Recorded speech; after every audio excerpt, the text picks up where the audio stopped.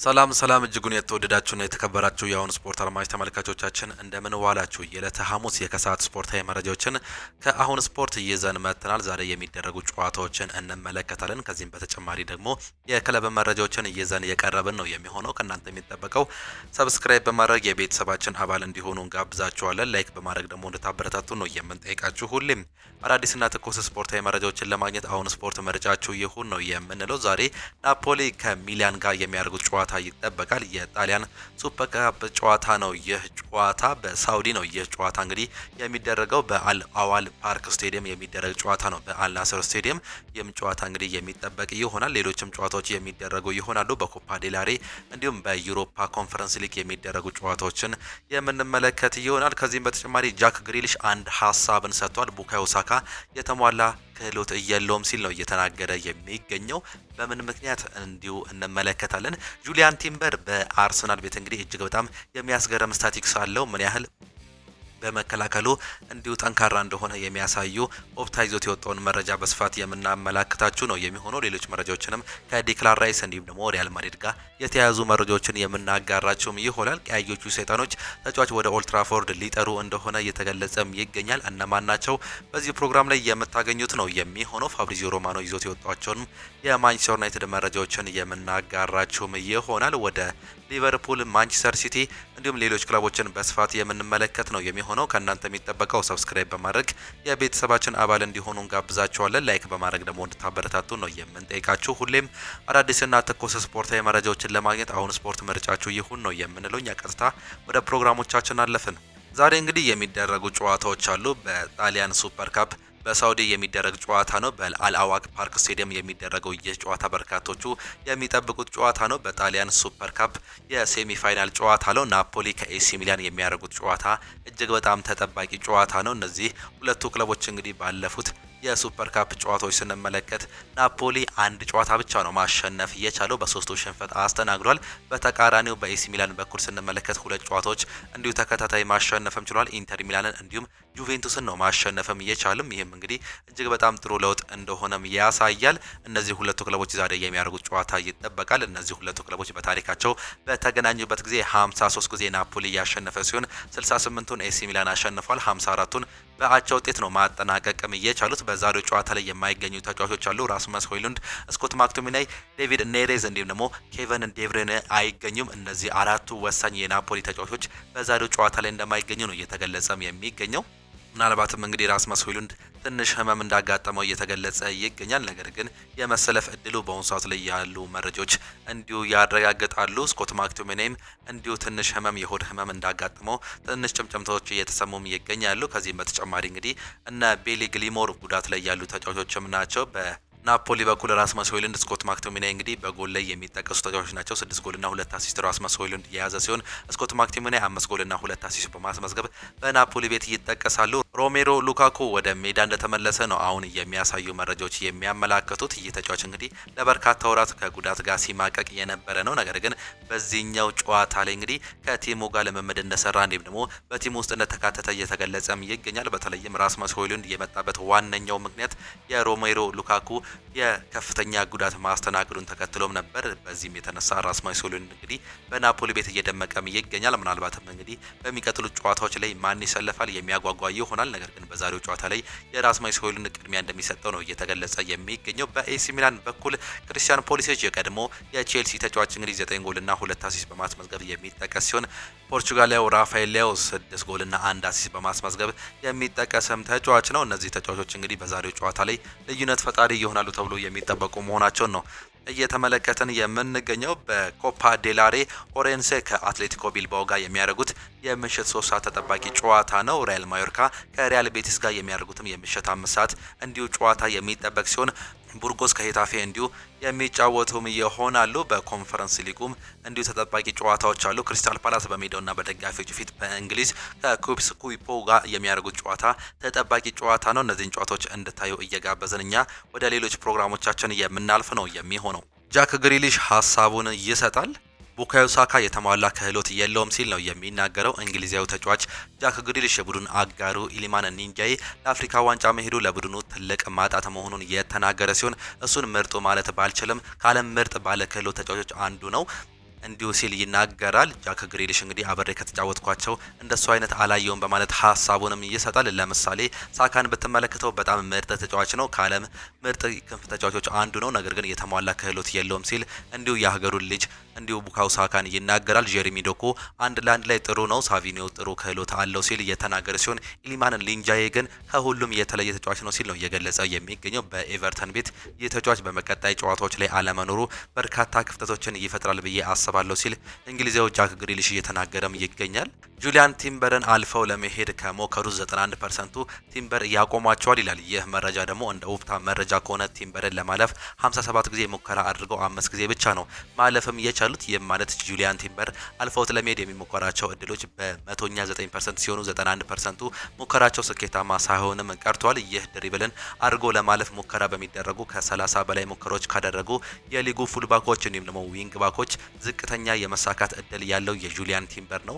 በዚህም ከሊጉ ቀዳሚ መሆኑን እየተመለከተን እንገኛለን። እንደዚሁ ሌላኛው የአርሰናል ተጫዋች ሪካርዶ ካላፊዮሪ በዚሁ መመዘኛ 4ኛ ደረጃ ላይም ይገኛል። ካላፊዮሪ ከማለፍ ከተደረጉ 45 ሙከራዎች 6ቱን ድሪብል አድርገው ማለፍም ችሏል። ይህም እንግዲህ 13% የመሳካትም እድልም አለው። መረጃው የኦፕታ ሲሆን እንግዲህ እነዚህ ሁለቱ የአርሰናል ክንፍ ተጫዋቾች ማለትም ፉልባኮች እንግዲህ እጅግ በጣም ጥሩ እንቅስቃሴ ላይ እንዲሁም ደግሞ ከመታለፍ ይልቅ እንግዲህ እጅግ በጣም ጠንካራ የመከላከል አቅም እንዳላቸው እያሳየም ይገኛል። የእነዚህ ተጫዋቾች እንግዲህ በመከላከል አቅም ብቻ አይደለም የሚነሱት፣ በማጥቃትም ላይ እንግዲህ እጅግ በጣም ወሳኝ ሚና እንዳላቸው ተመልክተናል። በዚህ ዓመት 2 ጎልና 3 ጎልና 2 አሲስት ማስመዝገብ የቻለው ጁሊያን ቲምበር በዚህ ዓመት በአርሰናል ቤት ወሳኝ ሚናን እየተጫወተም ይገኛል። ከፉልባክነት በተጨማሪም ባለፉት ጨዋታዎች ላይ በመሀል ተከላካይነት እየተጫወተም ይገኛል። ይህም እንግዲህ ለአርሰናል በርሳታይል ሆኖ በርካታ ጥቅሞችን እየሰጠም የሚገኝ ተጫዋች ነው።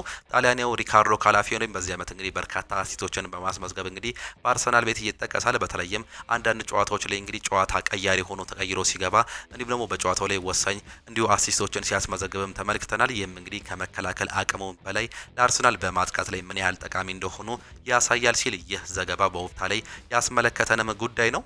ከስፔን እንደሚወጡ መረጃዎች ሩመሮች ከሆኑ የዓለማችን ኃያሉ ክለብ ሪያል ማድሪድ በዴክላን ራይስ ላይ ትልቅ ፍላጎት አድሮባቸዋል። ዴክላን ራይስ አፈጣጠሩ የሪያል ማድሪድ ተጫዋች እንደሆነም ያስባሉ። የጋላክቲኮ ገጸ ባህሪ እንዳለው አረጋግጠዋል። ስለሆነም በተለይ አርሰናል ዋንጫዎችን ማያሳካ ከሆነ እድል እንዳላቸው ስላሰቡ ተጫዋቹን ለማስፈረም የሚቻልበትን ንድፈ ሀሳቦች እንዲያወጡ እየተነገራቸው እንደሆነ ነው እየተገለጸ የሚገኘው። ይህንን ዘገባ ለሪያል ማድሪድ ቅርብ ከሆኑት መካከል ሁሴ አስቤውስ የተባለ ጋዜጠኛም እንዲሁ ይዞት የወጣው መረጃ መሆኑ ነው እየተመለከትን የምንገኘው። በዚህ ዓመት እንዲሁም ደግሞ በዚህ ሳምንት ውስጥ ከምንሰማቸው ዋነኛ መረጃዎች መካከል ዲክላን ራይስ ከአርሰናል ጋር ስሙ መያያዙ ነው። አሰልጣኝ ሚኬል አርቴታ እንግዲህ ከዚህ በፊት ሀሳባቸውንም ሰጥተዋል። ለሚቀጥሉት 10 ዓመታት በቡድኑ ውስጥ የሚይዘው ዋነኛው ሰው ዲክላን ራይስ ነው ሲሉ ገልጸውም ነበር። ነገር ግን ሪያል ማድሪዶች ይህን ተጫዋች የግላቸው ለማድረግ ከፍተኛ ፍላጎትም አላቸው። በተለይም ልጁ እንግዲህ በመከላከም በማጥቃትም ላይ ያለው አቅም እንግዲህ እጅግ በጣም አስገራሚ መሆኑን ተከትሎ በመሀል ሜዳ ላይ ከፍተኛ ለውጥን ያመጣል ተብሎም ይጠበቃል።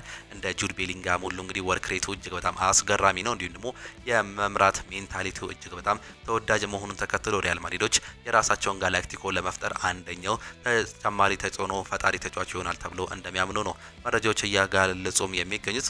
አሰልጣኝ ሩበን አሞሪም ተጫዋቾቻቸውን እንዲያበረታቱላቸው እንዲሁም ምክር እንዲሰጡላቸው በማሰብ የቀድሞ የክለቡ ታሪካዊ ተጫዋች ኤሪክ ካንቶና፣ ዴቪድ ቤካም እንዲሁም ሌሎች 4 ተጫዋቾችን ለመጥራት እንዳሰቡም እየተገለጸም ይገኛል። አሰልጣኙ ይህንን ያሰቡት ቡድኑ ወደ ተሻለ ደረጃ እንዲደርስ የቀድሞ ታሪካዊ ተጫዋቾች ትልቁን ሚና በመጫወት እንዲሁም ተጫዋቾቻቸውን እንዲያነቃቁላቸው ለማድረግ እንደሆነ ነው የተገለጸው። ያለፈውን የውድድር ዓመት በአስከፊ ሁኔታ ያጠናቀቁት ቀያዮቹ ሰይጣኖች በዘንድሮ የውድድር ዓመት መሻሻል አሳይተው በፕሪሚየር ሊጉ የደረጃ ሰንጠረዥ 6ኛ ደረጃ ላይ መቀመጥም ችሏል። ይህንኑ እንዲሁ ቶፕ 4 ውስጥ ለመግባት ከሚያደርጉት ጥረት ጋር በተያያዘ እንግዲህ የቀድሞ ተጫዋቾቻቸውን ለመጥራት እንዳሰቡ እየተገለጸም ይገኛል። በማንቸስተር ዩናይትድ ቤት እጅግ በጣም እንደ ሌጀንድ ከሚቆጠሩ ተጫዋቾች መካከል እንግዲህ ኤሪክ ካንቶናና ዴቪድ ቤካም ይጠቀሳሉ። ኤሪክ ካንቶና በማንቸስተር ዩናይትድ ቤት እጅግ በጣም በአጥቂ ቦታ ላይ እንግዲህ የሚወደድ ተጫዋች እንደሆነ ነው እየተገለጸ የሚገኘው። ዴቪድ ቤካምም እንግዲህ በማንቸስተር ዩናይትድ ቤት የሚጠቀስ ተጫዋች ሲሆን ሌሎች 2 ተጫዋቾችም እንዲሁ የሚመጡበት አድቫንቴጅ እንዳለ ነው እየተገለጸም የሚገኘው። የሚገኘው። ይህም እንግዲህ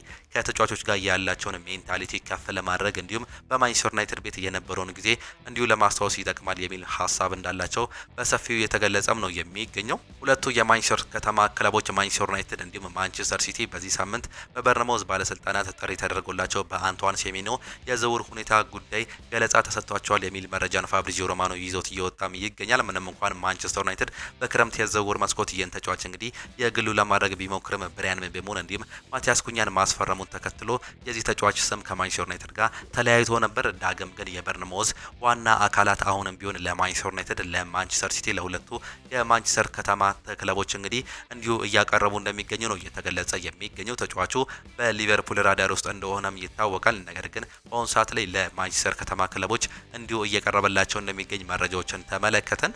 የሲአይኤስ ፉትቦል የሚያሳየው መረጃ እንግዲህ የእግር ኳስ ምርምር ተቋም ባለፉት 3 ዓመታት ውስጥ ለክለባቸው እንዲሁም ደግሞ ለሀገራቸው ብዙ ጨዋታዎችን የተጫወቱ ተጫዋቾችን ይፋም አድርጓል። በዚህም የማንቸስተር ዩናይትድ ካፕቴን ብሩኖ ፈርናንዴዝ 16880 ደቂቃ በመጫወት ባለፉት 3 ዓመታት ውስጥ በዓለም ላይ ብዙ ደቂቃዎች ሜዳ ላይ ያሳለፈ ተጫዋች እንዲሆን አድርጎታል ይላል። ይህ መረጃ 16880 ደቂቃን ጨማሪ ደቂቃን ሳይጨምር በ90 ደቂቃ ብናካፍለው ብሩኖ ፈርናንዴዝ ባለፉት 3 ዓመታት ውስጥ 187 ደቂቃዎች በላይ ከ187 ጨዋታዎች በላይ አድርጓል ማለት ነው። ይህም እንግዲህ በርካታ እንደሆነ ነው እየተገለጸ የሚገኘው። ብሩኖ ፈርናንዴዝ በአንደኛነት የተቀመጠ ሲሆን የሪያል ማድሪዱ የአማካይ ስፍራ ተጫዋች የሆነው ፌዴሪጎ ቫልቬርዴ በሁለተኛ ደረጃ ላይም ተቀምጧል 16428 ደቂቃዎችን በመጫወት። ኒኮላስ ኦቲሜንዲ 16310 ደቂቃዎችን በመጫወት እንግዲህ አርጀንቲና ተጫዋች ሌላኛው ተጠቃሽ ተጫዋች መሆኑ ነው እየተገለጸ የሚገኘው። ጉስታቮ ጎሜዝ 16040 ደቂቃዎችን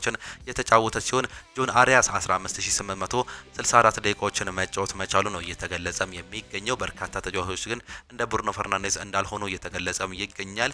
ይህ ማግኒፊሶ የማንቸስተር ዩናይትድ ሞተር የሆነው ብሩኖ ፈርናንዴዝ እንግዲህ አሁንም ቢሆን በማንቸስተር ዩናይትድ ቤት 90 ደቂቃዎችን እየተጫወተ የሚገኝ በሀገሩ ላይም ይህንን ነገር እየተገበረ የሚገኝ ተጫዋችም ነው።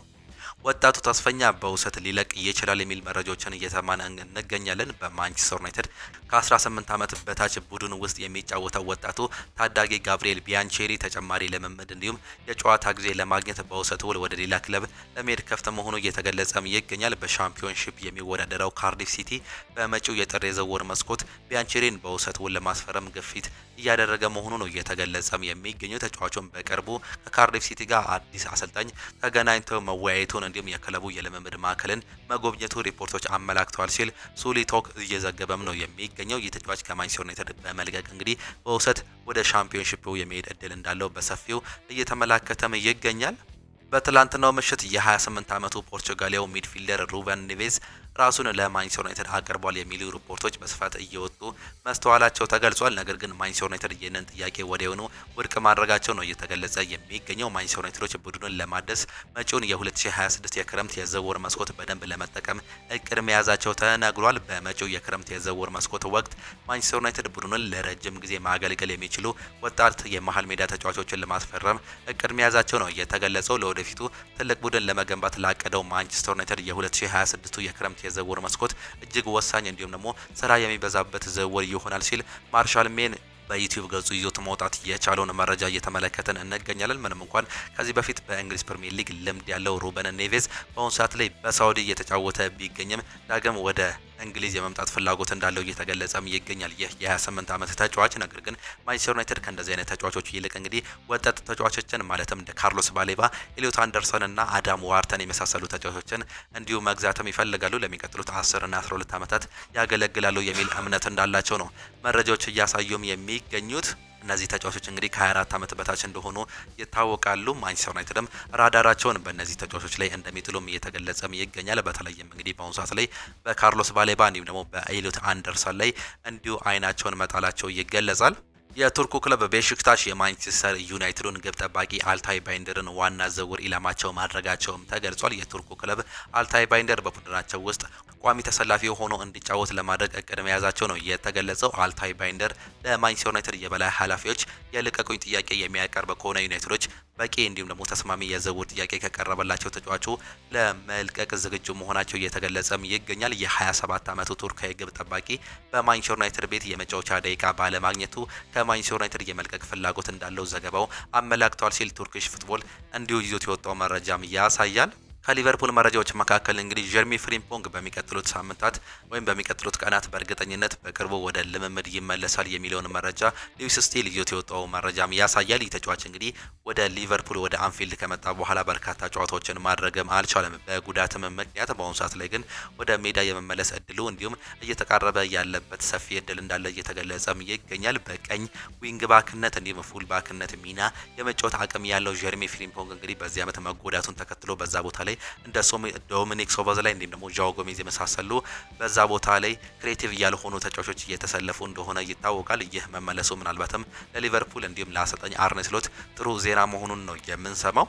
አዳም ዋርተን በአንፊልድ አድናቂዎች እንዳሉት ያምናል። እናም ለበጋው የዝውውር መስኮት ሊያስፈርሙት ይችላል ምንም ያህል በጥር የዝውውር መስኮት ማውጣት ባይፈልጉም የሚሉ መረጃዎች እየሰማን እንገኛለን። ሉዊስ ስቲል ነው ይህንን መረጃ ይዞት መውጣትም የቻለው። በተለይም እንግዲህ አዳም ዋርተን በበርካታ ክለቦች ተፈላጊ ቢሆንም አሁን ሰዓት ላይ ያሉ መረጃዎች እንደሚያሳዩት ከሆነ ግን ማንቸስተር ዩናይትድ እንዲሁም ደግሞ ሌሎች ክለቦች ይህን ተጫዋች የግላቸው ማድረግም ይፈልጋሉ። ክሪስታል ፓላሶች በክረምት የዝውውር መስኮት ጥሩ ወይም ደግሞ ሁነኛ ገንዘብ የሚያገኙ ከሆነ የመልቀቅ እድላቸውም ሰፊ ነው። አዳም ዋርተን በተለይም በዚህ ዓመት በሊቨርፑል ቤት እንደ ማካሊስተር ያሉ ተጫዋቾች አቋማቸው መውረዳቸውን ተከትሎ እንግዲህ ይህን ተጫዋች እንዲሁ እንደ ቤኔፊት እንዲሁም ደግሞ እንደ ዋና ተጫዋች ያዩታል ተብሎ ይገለጻል።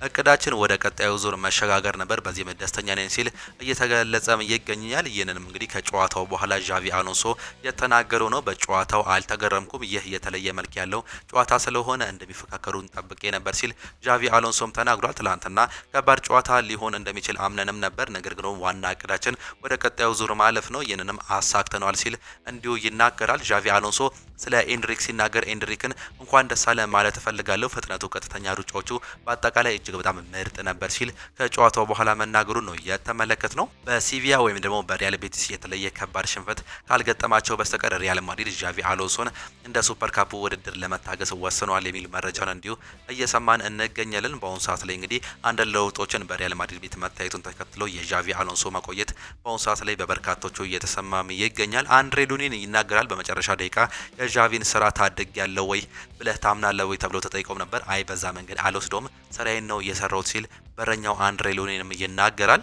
ናፖሊ ከኤሲ ሚላን የጣሊያን ሱፐር ካፕ የግማሽ ፍጻሜ ጨዋታን ደግሞ እንመልከት። በጣሊያን ሱፐር ካፕ ናፖሊ ከኤሲ ሚላን ጋር የሚያደርጉት ጨዋታ ይጠበቃል። በጣሊያን የእግር ኳስ ፌዴሬሽን ከሳውዲ አረቢያው መንግስት ጋር ባደረገው ስምምነት መነሻ ከ2023 ጀምሮ ውድድሩ በሳውዲ እየተከናወነም ይገኛል። ከዚህም ቀደም የጣሊያን ሴሪ እንዲሁም የኮፓ ኢታሊያ አሸናፊዎች እርስ በርስ በሚያደርጉት ፍልሚያ አሸናፊው ይለይም ነበር። ከ2 ዓመት በፊት የተቀየረው ፎርማት ግን በሴሪ ሁለተኛ ያጠናቀቀው እንዲሁም የኮፓ ኢጣሊያ የፍጻሜ ተፋላሚን አካቶ በአራት ቡድኖች ውስጥ ይከናወናል። ዘንድሮ ናፖሊ፣ ኤሲ ሚላን፣ ቦሎኛ እንዲሁም ደግሞ ኢንተር ሚላን ይሳተፋሉ። ዛሬ ምሽት 4 ሰዓት ናፖሊ ከኤሲ ሚላን ሪያድ በሚገኘው ኪንግ ሳውዲ ዩኒቨርሲቲ ስቴዲየም የሚጫወቱም ነው የሚሆነው። ኤሲ ሚላን የውድድሩ ዋንጫ 8 ጊዜ ሲያሸንፍ ናፖሊ 2 ጊዜ ባለድልም ሆኗል። ነገ በተመሳሳይ ሰዓት ቦሎኛ ከኢንተር ሚላን እንዲሁ ጨዋታቸውን የሚያደርጉ መሆኑ ናቸው ነው እንዲሁ የሚያሳየው። ባየር ሙኒክ በአውሮፓ እግር ኳስ ማህበር ቅጣትም ተላልፎበታል። ክለቡን ለቅጣት የዳረገው ከስፖርቲንግ ጋር በነበረው የአውሮፓ ሻምፒዮንስ ሊግ ጨዋታ ከስፖርታዊ ጨዋነት ያፈነገጠ ተግባር ተፈጽሟል በሚል እንደሆነ ነው የተገለጸው። ይህም የጨዋታውን ጤናማ ሂደት በሚያውክ መልኩ መንገዶች ተዘግቷል፣ ተከታታይ ነገሮችን በደጋፊዎች ተይዘው ታይቷል የሚልም ነው። በተጨማሪም ባየር ሙኒክ ከአርሰናል ጋር ባደረገው ጨዋታ ተፈጽሟል የተባለው የስፖርት ጨዋነት ጥሰትም ቅጣት እንደተጣለበት ነው የተገለጸው። በዚህ ምክንያት ማህበሩ አጠቃላይ 116,000 ዩሮ እንዲሁም በቀጣይ ወር ሙኒክ ከዩኒየን ሴንት ግሎሲ ጋር በሚያደርገው ጨዋታ ከፊል የስቴዲየሙ መቀመጫዎች ለደጋፊዎች ዝግ የሚሆኑ ቅጣት እንደተላለፈበት እየተገለጸም ይገኛል። 2 ዓመት በሚቆይ ጊዜ ገደብም ተጨማሪ አንድ ጨዋታ በከፊል ዝግ በሆነ ስቴዲየም ሊያደርግ የሚችልበት እድል እንዳለ ነው እየተገለጸም የሚገኘው። ስቲቭ ክላርክ ይናገራሉ። እኛንን ለመደገፍ ብላችሁ እዳ ውስጥ እንዳትገቡ ሲሉ ነው የሚናገሩት። የስኮትላንድ ብሔራዊ ቡድን አሰልጣኝ ስቲቭ ክላርክ የፋይናንስ አቅም የሌለው ደጋፊ ለዓለም ዋንጫ ወደ አሜሪካ እንዳይጓዝ እንጓዝ በማለትም መክሯል። የአሜሪካ ጉዞ ዋጋ የማይቀመስ መሆኑን ያነሱት አሰልጣኙ ህዝባቸው እዳ ውስጥ እንዳይገባም ነው ያሳሰቡት። ወደ አሜሪካ መሄድ በጣም ከባድ ነው ያሉት አሰልጣኙ የዓለም ዋንጫ የትኬት ዋጋም እንደዛም በጣም ውድ ነው በማለትም ተናግሯል። አክለውም ሰዎች ለዓለም ዋንጫ ለመሄድ እንዲሁም እኛን ለመደገፍ ብለው እዳ ውስጥ መግባት የለባቸውም ሲሉም ተናግሯል። መልእክቴ ግልጽ ነው። ለመጓዝ አቅማችሁ ከፈቀደ ጥሩ፣ ካልሆናችሁ ግን እንረዳለን። ራሳችሁን እንዲሁም ደግሞ ቤተሰባችሁን በእዳ አታስጨንቁ ሲሉ አሰልጣኙ መናገራቸውን ነው እየተመለከትን እንዲሁም እየሰማንም የምንገኘው።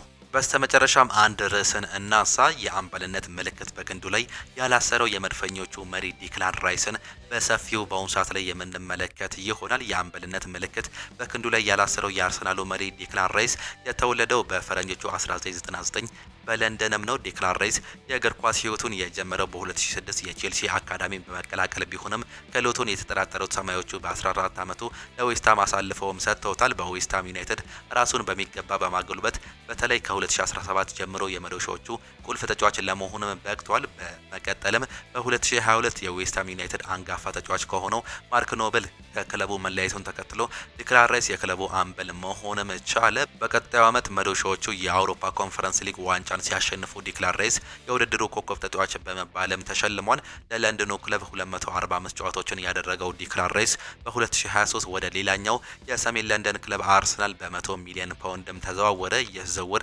ከእንግሊዝ የምንጊዜም ውድ ተጫዋቾች ዝርዝር ውስጥም አካተውታል። በወቅቱ ሪያል ማድሪድ እንዲሁም ማንቸስተር ሲቲ የመሳሰሉ ሀያል ክለቦች ተጫዋቹን ለማዛወር ፍላጎት አሳይተው የነበረ ቢሆንም ዲክላን ራይስ የሚኬል አርቴታውን ቡድን ምርጫው ማድረግም ችሏል። ወደ መድፈኞቹ ከተዘዋወረ ጊዜ ጀምሮ የወጣበት ውድ የዝውውር ዋጋ ሳይጫነው ወጥ ብቃቱን እያሳየ የሚገኘው ዲክላን ራይስ በአርሰናል ቤት የመሪነት ስብዕናው ከተላበሱ ተጫዋቾች መካከል ቀዳሚው ነው። በተለይ በሁለገብነቱ ኳስ ይዞ በመቆየት እንዲሁም ብቃቱን አስደናቂ በሸርተቴ ኳስ የሚነጥቅበት ችሎታው በሚታወቀውና በሜዳ ውስጥም ድካም በማይታበይበት ራይስ በመሪኝነት ክህሎቱን ሙገሳም እያገኘም ይገኛል። የ26 ዓመቱ እንግሊዛዊ ምንም እንኳን በአሰልጣኝ አምበልነት ሹመት ባያገኝም በሜዳው ውስጥ እንቅስቃሴ የቡድን ጓደኞቹን በመብራት ትዕዛዝ በመስጠትና ተነሳሽነትን በመፍጠር የሚስተካከለው እንደሌለ ነው የሚገለጸው። አርሰናል የሊጉን ዋንጫን የማንሳት ከፍተኛ ጫና ባለበት በዚህ የውድድር ዓመት ዲክላን ራይስን የቡድኑ ዋና አምበል ማድረግ አማራጭ የሌለው ጉዳይ መሆኑን በርካቶቹ እያነሱም ይገኛሉ። በዚህ የቀድሞ የመድፈኞቹ አምበልና አንጋፋ ተጫዋች ቶኒ አዳምስ እንዲሁም እውቁ ጋዜጠኛ የአርሰናል ቀንደኛ ደጋፊ ፒርስ ሞርጋን ክለቡ የሊጉን ዋንጫ የግሉ ለማድረግ ራይስን የቡድኑ አምበል ማድረግ አለበት ሲሉ ምክረ ሀሳባቸውን በማጋራት ላይ እንደሚገኙም ይታወቃሉ። የቡድኑ አምበል ማርቲን ኦዴጋርድ ባለው የመሪነት ብቃት የሚጠራጠሩት ደጋፊዎቹ በሱ አምበልነት አርሰናል ዋንጫ ማንሳት አይችልም የሚል እምነት እንዲሁም ደግሞ ድምዳሜ ላይ መድረሳቸው ያለ ይመስላል። ለቡድኑ ያለውን ሁሉንም ነገር ከመስጠት ባሻገር ቡድኑ ውጤት በሚያጣበት እንዲሁም ግቦችን በሚቆጠርበት ወቅት ከፍተኛ ቁጭትና ብስጭት የሚያሳየው ዲክላን ራይስ አርሰናልን ለዋንጫ የሚዳረገውን ሁነኛ አምበላችን እሱ ነው በማለትም ደጋፊዎች ድምጻቸውን ከፍ አድርገው በማሰማትም ላይ ይገኛሉ።